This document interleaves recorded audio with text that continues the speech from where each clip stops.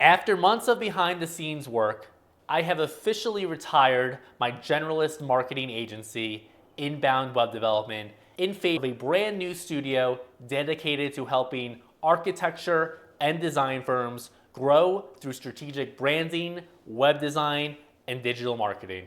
The new agency is called Chatfield Square, and in this video, I'm going to walk you through how I niched down, how I went about making this pivot, the rebranding process, and ultimately give you a behind the scenes look at what the new website looks like. Hello everyone, welcome back to the YouTube channel. My name is Bailey Canning. I'm an independent marketing strategist and now creative director at Chatfield Square. So to explain why I have retired my generalist marketing agency, it's important to discuss what the problem of being a generalist is. Quite simply, when you are marketing to everyone, you are in effect marketing to no one. When it comes to marketing and breaking through a very crowded marketplace full of advertisements that, let's be honest, most people do not want to hear, the more specific your marketing message, the more effective it is ultimately going to be.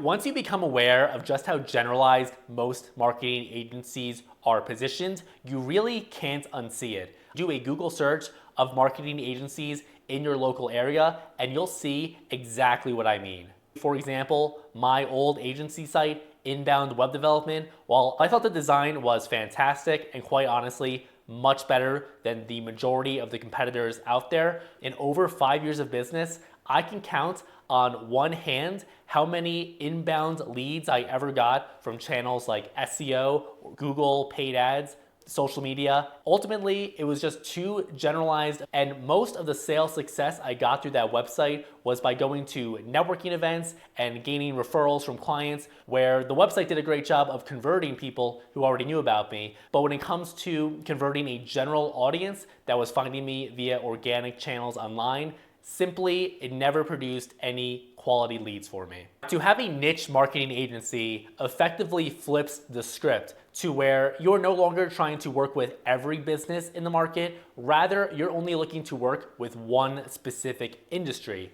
Of course, that is going to turn off a lot of people, but the benefit of this is that it allows you to have a much more specific, tailored marketing message to the exact types of businesses and clients you are trying to work with. This is what has ultimately led me down the road of niching down, specifically to work with architecture and interior design firms. I'm going to have my personal brand, as you will see here through these YouTube videos, and that is going to be mostly positioned towards professional service-based companies and mainly looking to work with marketing directors, teams, and the occasional entrepreneur of medium to large size companies. So in a way, I am still hedging my bets a bit, but in that role, I would always be a solo strategist, whereas this agency, it gives me flexibility to hire contractors and perhaps even full-time employees should I want to do that in the future. Now, if you're in the agency space, you're probably very familiar with the concept of niching down. Now, in my case, I organically came to niche down because I had built up a portfolio through various different client engagements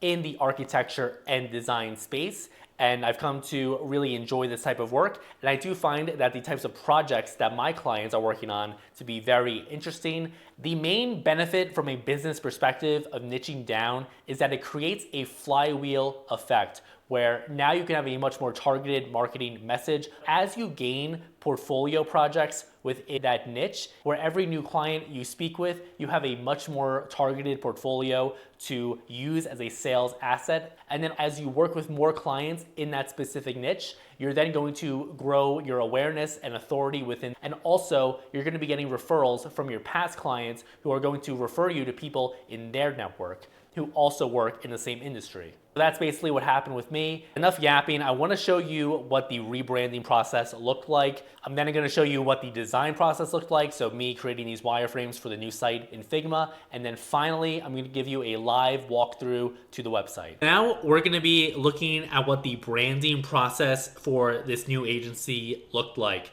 To create this new digital document in front of me, I actually hired a branding colleague slash friend of mine. His name is Asa Goldstein. I will leave his information in the description field of this video. He put all the brand strategy work we did into this brand center document. And you can see here on the left-hand side, we have the different audiences. So this is one of the fundamental aspects of doing brand strategy work. It's determining who your audience is, because if you don't know who you're speaking to, how can you possibly formulate a coherent marketing message? So we did significant research on the different types of prospective clients I'd be working with. Number one, the principal of these architecture firms. You can see here we have it listed out in terms of their psychographics, their priorities, concerns, goals and desires, challenges and fears, beliefs. So very in-depth. And then we did the same thing for marketing directors of these firms, as well as the office managers or administrative managers. Based on all this, we were able to develop a positioning for the new agency. As you can see here, we did develop brand personalities. So basically fleshing out the marketing message and making it very clear what it is we do, what it is we don't, and then ultimately defining that into a few core messages specifically formulated to the different types of clients I would be working with. And then based on that, we also have a style guide as well. So I did eventually rework the logos here, but this was the logo that he helped me design, which is good because my colleague Gates has a much better eye for logo design, I would say, than I do. It's definitely something I would look to hire out whenever I am taking on a branding project. So he was very helpful in this case.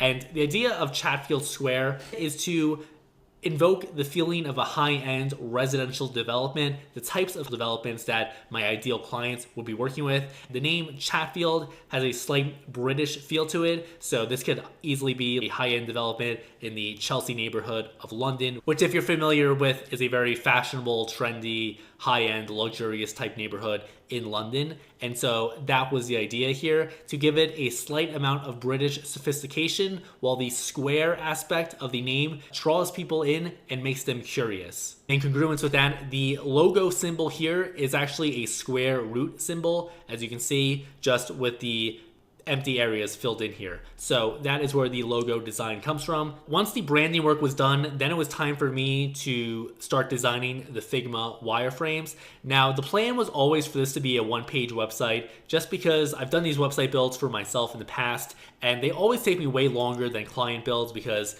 you can have the analysis by paralysis, where when you're the only decision maker and you're working for yourself, it can be harder to formulate a design. And again, it goes back to the idea of getting out of your own head. So as you can see here, this was the UX wireframe essentially. I did color it in because this isn't my typical process. When you're designing something for yourself, you can speed up some things and streamline some things compared to if you were working with a client. So this was very much the initial V1 design. As you'll see when we go to look at the live website, it is not like this at all. These are placeholders for portfolio content.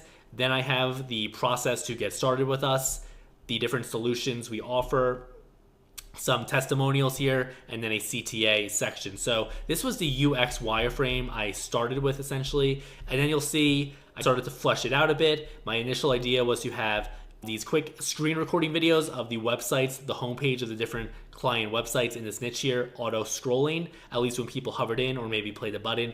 I was a bit unsure at the time, but I ultimately scrapped that. I was also going to have video testimonials, which my clients came through big time, and I do have several fantastic ones to highlight, which I'm very excited about. And then the solutions here, I was thinking about like a parallax stacking effect to just make it much more visually interesting, because if it's going to be a one-page website, it needs to have a certain amount of pizzazz, I would argue. So that's what this is for, and then some photos to break it up on top of the process. So you can see the design starting to take hold. These are the placeholders here, and then this is what I was thinking would be an example of the auto scrolling videos. But eventually, as it started to get more fleshed out, I started to go in a different direction. So here you're seeing the design process come through, and I don't know, ultimately it was just missing something. It was just a little too generic in my taste. We'll look at what the final website came out to be, because I ended up designing it in Webflow. So eventually I started playing around with a more like kind of like sleeker feel. I wanted to design the website to how my prospective clients would design their website. So you can see here, this is when a dramatic redesign of the website took place, and this is much closer to what it ultimately ended up coming out to be. I was still at this point uncertain about the color scheme. So you can see here, I was trying out a whole like black, white look.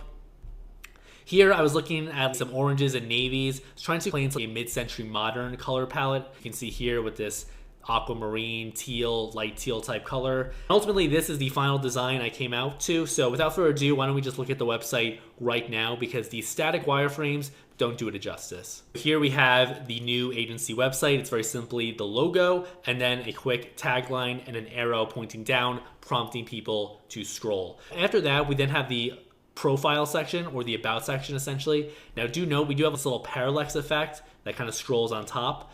Then we have a quick overview. This is directly lifted from the branding document we looked at. Then the idea is to just get right into the portfolio, because that's what these prospective clients care about.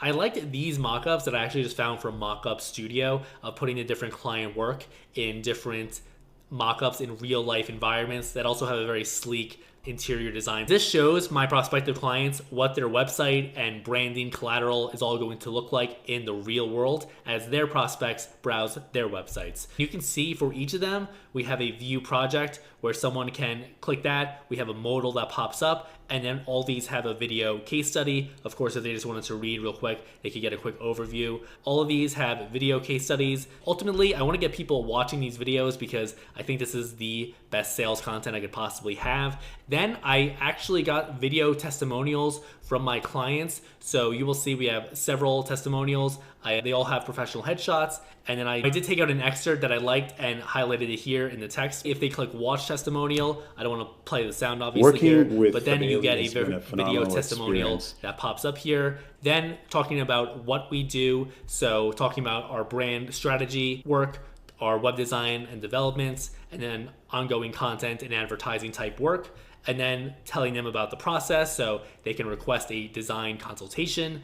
They will then get a custom brand master plan. Basically, the idea here would be to outline what a potential branding, website, and marketing engagement would look like. It is a paid 2-week micro engagement, but the idea here is just to give my prospective clients here a preview of what it would be to work with me. I can also preview what my experience would be working with them. And then based on the insights I provide them and my recommendations, we can both determine what the best next steps would be. With this information in mind, then they're actually going to be ready to invest in a full-on marketing engagement, and they can get all that answered in a 2-week micro engagement, and then more mock-ups just to break up the design. Finally here, this is a video ask widget. Hello, so my name it's a is video Bailey step-by-step. Honestly, this took me a lot longer to design and build out than I would like to admit. Again, I'm just getting in my own way, but it got launched finally at the end of Q1 2025, and now it is open for bookings. If you happen to be a principal of an architecture or interior design studio, or you're a marketing director working for one of those types of firms, I invite you to schedule a free design consultation with myself. And currently, I do have one booking open available for Q2. If you are considering a branding, web design, or online marketing engagement, now would be a fantastic time to book a meeting with me and see what my agency Chatfield Square can do to help you out. Click the link below to go right to the agency website. You can browse a few different case studies. Feel free to request that design consultation with me. There's a video form at the bottom of that site where you can quickly describe your firm, what you're looking to do, and based on everything you tell me, you will then be invited to schedule a meeting with yours truly. So that is the video for today. I hope you got a lot out of it, and I hope you enjoyed watching. If you've got any questions, feel free to leave a comment, and I will get back to you when I can. Otherwise, be sure to like the video, subscribe, and I will see you in the next one. Take it easy. Bye.